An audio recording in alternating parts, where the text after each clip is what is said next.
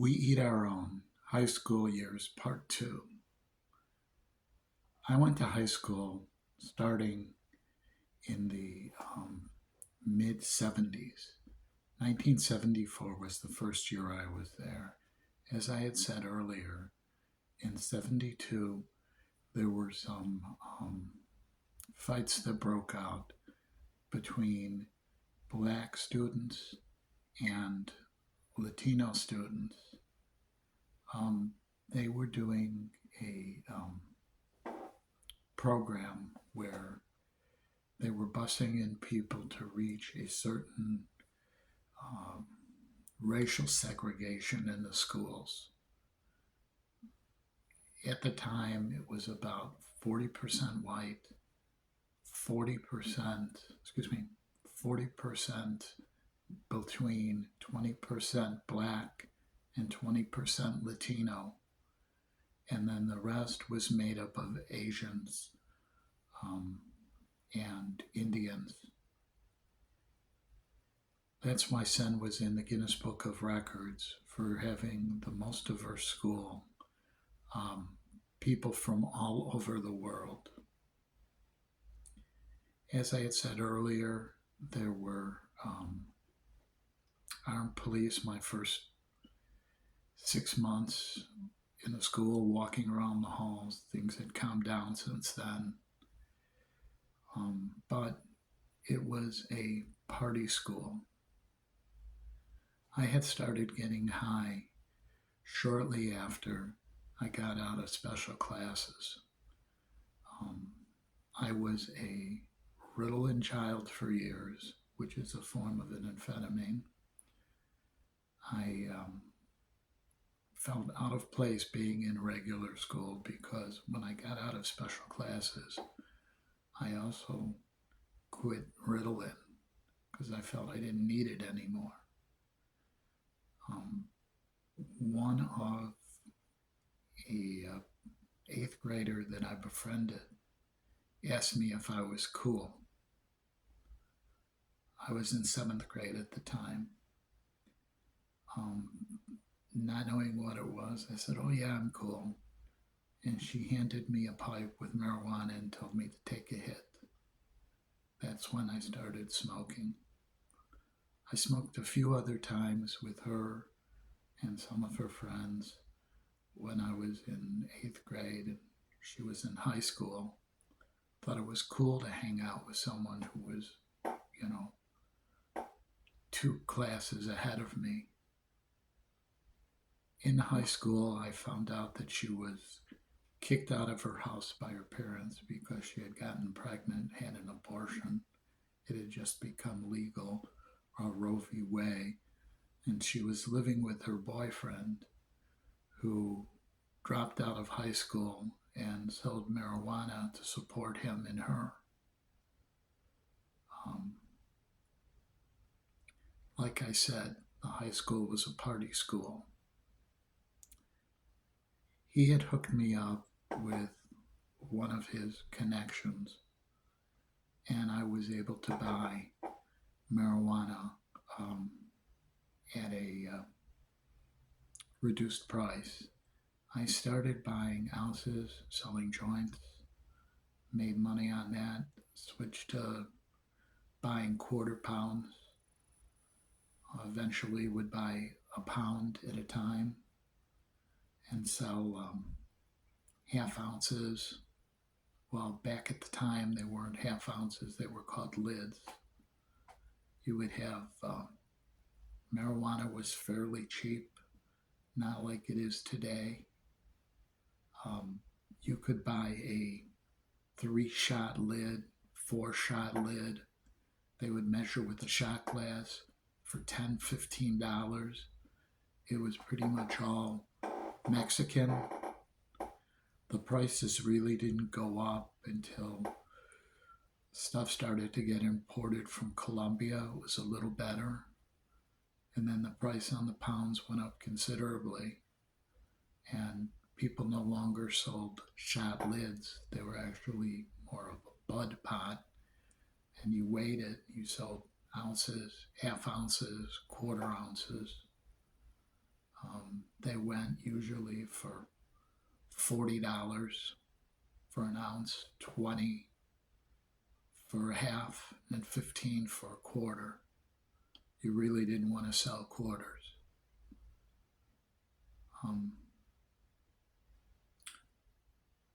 Sen was known for its drugs. It was a acid school. By that I mean you could buy window pane, blotter, microdot, mescaline, all sorts of things. I remember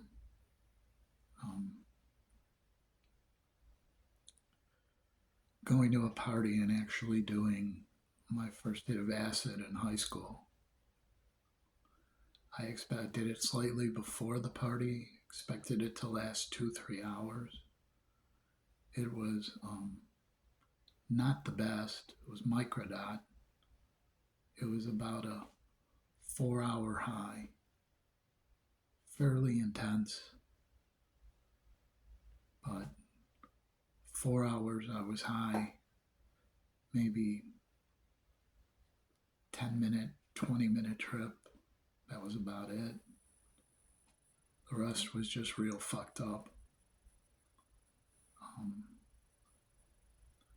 A lot of people who went there tripped all the time. It was easy to get high and go to classes. But the big thing was the hash. Like I said, I had sold pot for a while. One of the kids in my homeroom was a diplomat's son from Poland. Poland was still a communist country, and his folks worked for the Communist Party, and they were here on a consulate visa. He introduced me to a friend of his, another diplomat's son. I'll just call him Red because he had a red beard. He was the son of a Turkish diplomat. They had diplomatic passport. He was bringing in steamer trunks full of bricks of hash. Lebanese blonde, which really wasn't blonde, sort of a greenish, blondish color, goldish, wrapped in burlap. He sold quarter pounds, half pounds, pounds, and kilos. He didn't really sell grams, didn't even like selling quarters. I started out with a half ounce, which he sold as a favor to his friend to me, just to see if there was a market, and there was. I came back in about 2 days and told him that I was interested in a quarter pound. It was considerably more expensive than buying marijuana, but the profit margin was considerably better. It was slightly more than double my investment. I ended up, before his family was relocated by the consulate, buying kilos. When you buy a kilo, you had 2 pounds to sell, and you had almost 200 grams for yourself, because a kilo is 1,000 grams, and a pound is 448. So you wind up with about 100 and about a quarter pound of free hash. It's a pretty good deal.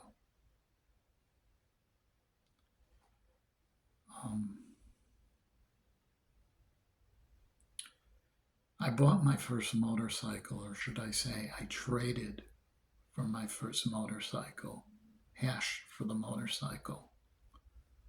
By doing that, I actually put the person in business selling hash. He did not go to my high school, so he would not interfere with my clientele.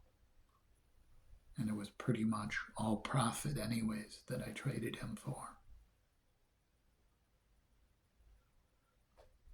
It was a lot of fun. I didn't have a motorcycle license. I remember getting stopped by the police and showing them my driver's license and getting a warning from the cop. He said, "You better get a motorcycle license right away." Well, I didn't have to be told twice. I went right to Elston Avenue, took the motorcycle test, and passed. I was legal, at least on the motorcycle. It was fun riding it. Girls liked it. It's a funny thing about it. I probably would have never sold drugs if I never was a dyslexic. I probably would have never bought a motorcycle if I never sold drugs. I wanted people to like me. I always felt different, like an outcast. Back in the 70s, people who sold pot, people who sold hash, people who sold acid, they were the cool kids. Everyone wanted to talk to them. Everyone wanted to meet up with them. You always had people coming over to party with you, or you were always going over to people's houses to party. You were invited everywhere. It was a ticket in. I look back at it now and see how dysfunctional it really was. How it really caused problems for me.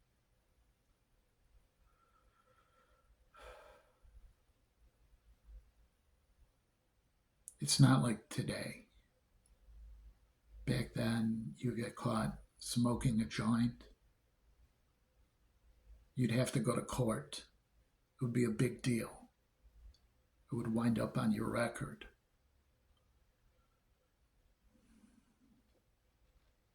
Maybe you'd luck out and get probation.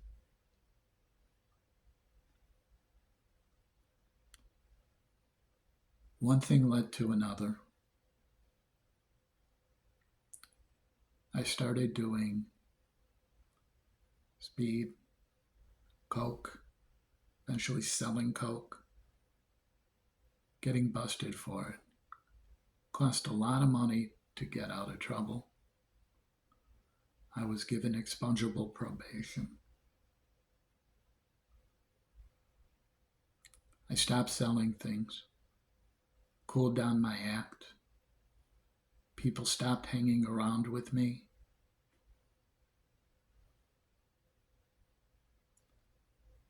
It was a scary time because if I messed up, it would wind up on my permanent record.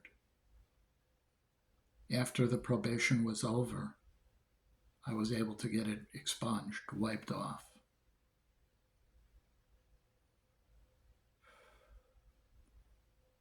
You know, coming from a dysfunctional family that used, that drank, even though it was legal for them to do it, didn't help me.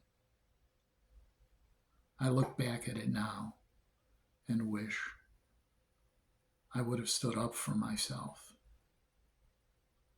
I wish I would have said things to my parents. I wish sometimes that I never would have gotten high. Today, I don't get high. I don't do anything. I look back on these days, though. They were interesting times. It led me to go out and do things, to get involved in the early punk scene, to actually work at O'Banion's, the second punk bar that existed in Chicago after Lemaire's closed. I got a job there because Everett was one of my customers when I was selling drugs. And he hired me and told me that while I'm working, I can't sell drugs. But before I start working, I could still give him and his boyfriend, or should I say, sell him and his boyfriend drugs. Or after work, I could meet up with people, but not during.